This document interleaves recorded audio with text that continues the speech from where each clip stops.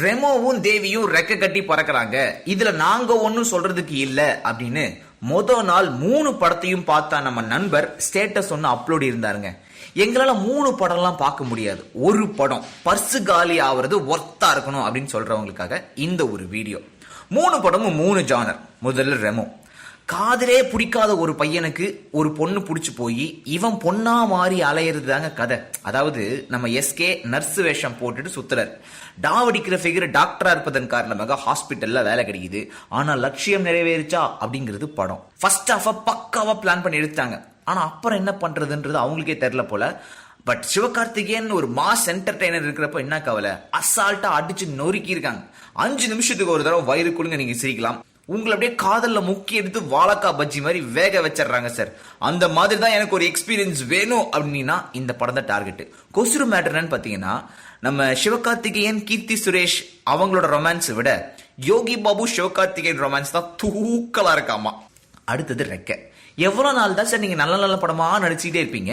ஒரு ஹீரோவா அசால்ட் ஆள வந்தானா உங்களை எல்லாம் பார்க்க வேண்டாமா அப்படின்னு சொல்லி ரசிகர்களோட வேண்டுகோளுக்கு இணங்க விஜய் சேதுபதி நடிச்சிருக்கிற படம் தான் ரெக்க.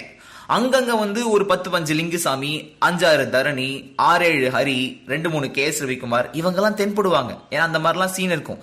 இந்த சீன் ஏதோ ஒரு படத்துல பார்த்திருக்கேன்னு நீங்க யோசிக்கிறதுக்குள்ள அடுத்த சீன் உங்களை உள்ள இழுத்துரும். முதல் பாதி நீங்க அப்படியே லைட்டா அப்படி இப்படின்னு சொல்லி உட்காந்துட்டீங்கன்னு வச்சுங்க. 2வது பாதியில் தாங்க படத்துல இருந்து ட்விஸ்ட் கதை எல்லாமே இருக்கு. ஊருக்கு உதவுற ஒருத்தனுக்கு ஒரு வில்லன், அந்த வில்லனுக்கு இன்னொரு வில்லன், கடைசியில ஜெயிக்கிறது யாரு? அங்கதாங்க ரெக்க நிக்குது. ஸ்கிரீன் பிளே செகண்ட் ஹாஃப்ல ரெக்க கட்டி பறக்கிறது படத்தோட பெரிய பிளஸ். அப்புறம் விஜய் சேதுபதி அதை விட பெரிய பிளஸ். லக்ஷ்மி மேனன் ஒரு குட்டி மைனஸ். அவ்வளவுதாங்க. அடுத்து டெவில். ஹிந்தியில டெவில்னு சொல்லி ரிலீஸ் ஆகிருக்கு. கதை ரொம்ப ரொம்ப சிம்பிள். இது வரைக்கும் நீங்க பார்த்த பல பேய் படங்களுக்கும் இதுக்கும் நல்ல டிஃபரன்ஸ் அப்படின்னு சொல்லி பாத்தீங்கன்னா இதுல பேய் இருக்கும் ஆனா பயம் இருக்காது. ஏன்னா பேய்க்கு தேவை ரிவெஞ்ச் கிடையாது, ஸ்கிரீன் பிரசன்ஸ். ஆமாங்க, சினிமா பைத்தியம் பிடிச்ச ஒரு பேய் ஹீரோயினை பிடிச்சிக்குது. அதை கட்டுன புருஷன் படுற பாடுதான் 1 லைன். ஆனா என்ன, படத்துல பேயை விட புருஷனுக்கு தாங்க ஸ்கோப் ஜாஸ்தி. பிரபுதேவா, சிவகார்த்திகேயன், விஜய் சேதுபதி எல்லாம் தூக்கி சாப்பிடுற ரேஞ்சுக்கு நடிச்சிருக்காருன்னு சொல்லணும். பாட்டையா கிளப்பி இருக்காரு. டான்ஸ் ஆகட்டும், அவரோட பெர்ஃபார்மன்ஸ் ஆகட்டும், ஸ்கிரீன் பிரசன்ஸ் ஆகட்டும், மனுஷன் சூப்பருங்க.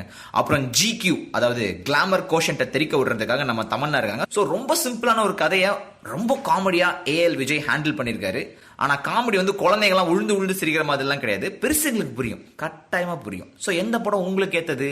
காதலிக்கிற பையன், ஸ்கூல் படிக்கிற பையன், காலேஜ் படிக்கிற பையன் அப்படின்னா ரெமோ தான் பெட்ரு. கல்யாணம் ஆயிருச்சு, பொடுசுங்க இருக்கு அப்படின்னாலும் ரெமோ தான் பெட்ரு.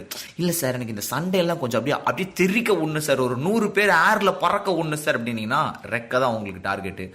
எதுவும் வேணாங்க, ஒரு ஜாலியான ஒரு அனுபவம் வேணும் சார் அப்படின்னீங்கன்னா பேய் படம் கிடைக்கும் அப்படின்னீங்கன்னா தேவி தான் உங்களுக்கு டார்கெட். முதல் இடத்துல சிவாவுக்கு, 2வது இடம் விஜய் சேதுபதிக்கு, 3வது இடம் பிரபுதேவாவுக்கு சார்.